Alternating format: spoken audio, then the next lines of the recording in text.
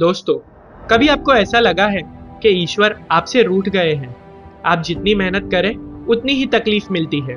कभी सोचा है शायद यही दर्द, वही संघर्ष ईश्वर के प्रेम का सबसे सच्चा स्वरूप हो सकता है? तो आज का सवाल यही है, क्या दुख, अकेलापन और असफलता असल में ईश्वर का प्रेम है? क्या हम उस प्रेम को पहचानना जानते भी हैं? दोस्तों, ईश्वर का प्रेम वैसा नहीं होता जैसा हम सोचते हैं। वह फूलों से नहीं, आग से तपाकर सच्चा बनाते हैं। कभी कभी जब हम सबसे ज्यादा हारते हैं, वही पल होता है जब ईश्वर हमसे सबसे ज्यादा करीब होते हैं। पहला संकेत, असफलता का वरदान। अगर आप हर काम में विफल हो रहे हैं, तो ये हार नहीं, ये ईश्वर का प्रशिक्षण है। वो आपको सिखा रहे हैं कि सफलता से पहले आत्मज्ञान जरूरी है। जब इंसान बार बार गिरता है, तभी वो अपने भीतर की ताकत को पहचानता है। यही है असली परीक्षा, ईश्वर की पहली परीक्षा। दूसरा संकेत, आत्मविश्वास का टूटना। जब आपको लगे कि अब खुद पर भरोसा नहीं रहा, तो समझिए कि अब ईश्वर आपको अपने भरोसे पर लाना चाहते हैं। वह चाहते हैं कि आप बाहरी सहारा छोड़कर भीतर झांकें, क्योंकि असली विश्वास स्वयं पर नहीं, ईश्वर पर होता है। तीसरा संकेत, दुख का सागर। जब दुख अपनी सीमा पार कर देता है, जब हर रास्ता बंद लगता है, तब भीतर एक आवाज उठती है, क्या ये जीवन बस इतना ही है? यही वह बिंदु है जहां से आत्मा की यात्रा की शुरुआत होती है। महान संतों ने भी यही सहा। वही जलन, वही टूटन, वही जागृति। चौथा संकेत, आत्मखोज की शुरुआत।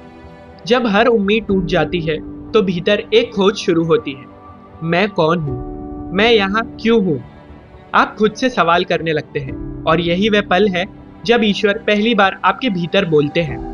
आप उन्हें बाहर नहीं, अपने अंतर में ढूंढने लगते हैं। पांचवा संकेत, चरित्र का रूपांतरण। धीरे धीरे आपके विचार, आपकी भाषा, आपकी दृष्टि सब बदलने लगती है। अब आप हर चीज को गहराई से देखने लगते हैं। पहले जो आपको चोट देता था, अब वही आपको सिखाता है। ये ईश्वर की सबसे सुंदर कला है, आपके भीतर शांति और साक्षी भाव पैदा करना। छठा संकेत, हार जीत से ऊपर उठना। अब आपको हार और जीत में फर्क नहीं लगता। आप जीवन को जैसे है वैसे ही स्वीकार करने लगते हैं। आप दुनिया को एक नाटक की तरह देखते हैं, जहां हर किरदार अपनी भूमिका निभा रहा है और आप बस साक्षी हैं। ये वो अवस्था है जब आपके भीतर का तूफान शांत हो चुका होता है।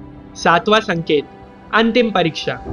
जब आप सोचते हैं कि अब सब समझ लिया, तभी ईश्वर आपकी सबसे कठिन परीक्षा लेते हैं। वह आपके विश्वास, धैर्य और भक्ति को परखते हैं। ये वो समय होता है जब आपको लगेगा कि शायद ईश्वर का अस्तित्व ही नहीं है, पर अगर आप इस समय पर भी अडिग रहे, तो समझिए मंजिल बस एक कदम दूर है। आठवां संकेत, ईश्वर का साक्षात्कार। और फिर एक दिन बिना किसी आहट के आपको हर जगह ईश्वर दिखाई देने लगते हैं। हवा में, प्रकाश में, अपने हर श्वास में। अब कोई शक नहीं रहता, क्योंकि अब आप ईश्वर को महसूस करते हैं, ना कि सिर्फ उनके बारे में जानते हैं। वो अनुभव शब्दों के परे होता है, जहां बस शांति, प्रेम और पूर्णता का एहसास होता है।